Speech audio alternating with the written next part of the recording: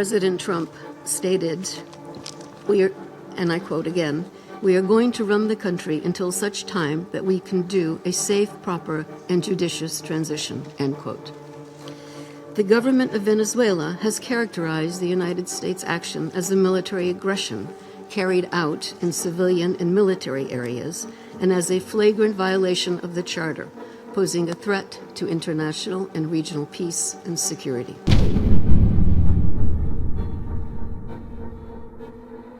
For the time being, it's very important to remember that the Trump administration is maintaining this quarantine on Venezuelan oil exports and on the whole program of sanctions against Venezuelan persons, assets, entities.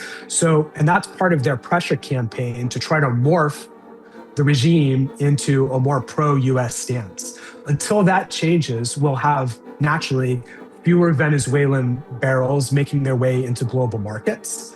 That affects first and foremost China, which was receiving all of the oil from Venezuela, except for the small amount from Chevron going to the US Gulf Coast refineries. So China is keeping a close eye, probably with a degree of concern, on what's happening in Venezuela, because they're seeing, even though it's a small element of their oil import supply chain under threat, you can't put this intervention toothpaste back into the tube. Well, Russia has a lot to lose because, first of all, Russian oil companies have been active in the Venezuelan oil industry. They do have a stake there. And if the United States is going to exert control and push adversaries out, then Russia could potentially lose access or have a diminished role to play in Venezuela's oil industry and its future.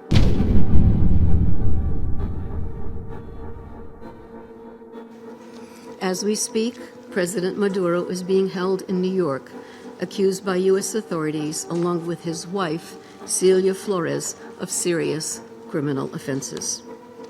What is less certain is the immediate future of Venezuela. I am deeply concerned about the possible intensification of the instability in the country, the potential impact on the region, and the precedent it may set for how relations between and among states are conducted. I have consistently stressed the imperative of full respect by all for international law, including the Charter of the United Nations, which provides the foundation for the maintenance of international peace and security. I remain deeply concerned that rules of international law have not been respected with regard to the 3 January military action. The Charter enshrines the prohibition of the threat or use of force against the territorial integrity or political independence of any state.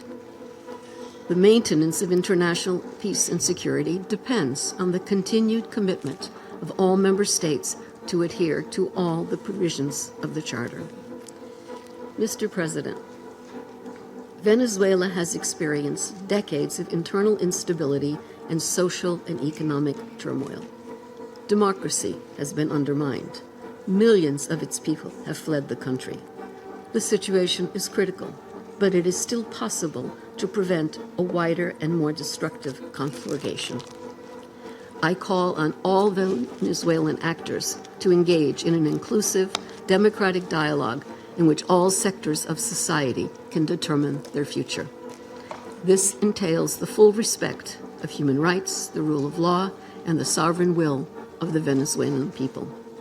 I also urge Venezuela's neighbors and the international community more broadly to act in a spirit of solidarity and in adherence to the principles, laws, and rules erected to promote peaceful coexistence. I welcome and am ready to support all efforts aimed at assisting Venezuelans in finding a peaceful way forward. Mr. President, Excellencies, in situations as confused as complex as the one we now face, it is important to stick to principles. Respect for the UN Charter and all other applicable legal frameworks to safeguard peace and security.